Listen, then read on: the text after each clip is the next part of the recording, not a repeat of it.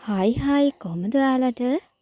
ඉතින් අද වීඩියෝ එක ඔයාගේ ගෙදරට සල්ලි නිතර රැඳෙන්නේ නැද්ද? කොච්චර මහන්සි වුණත් සෞභාග්‍ය ලැබෙන්නේ නැද්ද? එහෙමනම් මේ වීඩියෝ එක ස්කිප් කරන්න නැතුවම බලන්න.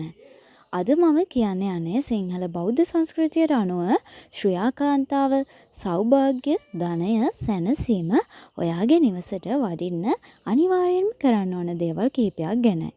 මේ දේවල් කරලා තියෙන ගොඩක් අය කියන්නේ ගෙදර වාසනාව වෙනස් වෙනවා කියලා. ඒත්නම් අපි බලමු මොනවද කියලා. අංක 1 නිවස පිරිසිදුයිද? ශ්‍රේයා කාන්තාව වඩින්නේ අක්‍රමවත් කුණු ගෙවල් වලට නෙවෙයි. බින්දුණු බඩු, අවුල් කාමර, කුණු දොරකඩ මේවා තියෙන ගෙවල් වලට ශ්‍රියාව රැඳෙන්නේ නැහැ කියලා පුරාණ විශ්වාසයක් තියෙනවා.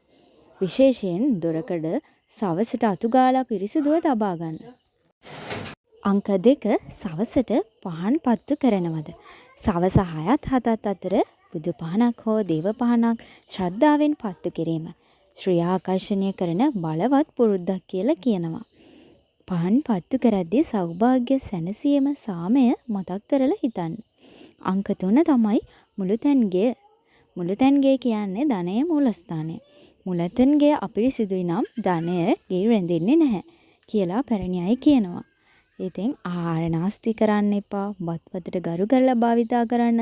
හැකි විට අයන අයට බෙදා දෙන්න. දානශීලී ගෙවල් වලට ශ්‍රියා කාන්තාව නිතර වඩිනවා කියලා විශ්වාස කරනවා. අංක 4 ගෙයි වායු මණ්ඩලය කොහොමද?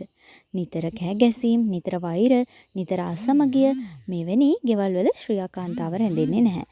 සතුට එකමුතුව හොඳ වචන මේවා තියෙන ගෙවල් වලට තමයි සෞභාග්‍ය වඩින්නේ. අංක 5 කුඩා නමුත් බලවත් දෙයක්. ගේ ඉදිරියේ මල් පැලයක් හෝ කොළ පැලයක් වගා කරන්න. හරිත බව තියෙන ගෙවල් වලට ධනාත්මක ශක්තියෙන් පිරීලා තියෙනවා කියලා විශ්වාස කරනවා. මතක තියාගන්න ශ්‍රේයා කාන්තාව කියන්නේ මුදල් විතරක් නෙවෙයි. පිරිසිදු සිත, ශ්‍රද්ධාව, සත්කාරය මේවා තියෙන තැනටම තමයි සෞභාග්‍ය වඩින්නේ. ඉතින් ඔයාට මේ වීඩියෝ එක ගොඩක් වැදගත් වුණා කියලා හිතනවා. ඉතින් මගේ වීඩියෝ බලන ඔයාලට ගොඩක් ස්තුතියි. ඒ වගේම වීඩියෝ එකකට ලයික් එකක් දාගෙන යන්නත් අමතක කරන්න එපා. ඒ වගේම ඔයාගේ අදහසත් කමෙන්ට් එකක් දාන්න කියලාත් මතක් කරන ගමන් මගේ channel එක subscribe කරන්නත් අමතක කරන්න එපා. ඊළඟ වීඩියෝ එකෙන් මේ වගේ වටින වීඩියෝ එකක් අරගෙන ඉක්මනින්ම එන්නම්. ඉතින් ඔයාලට සුබ දවසක්. bye bye.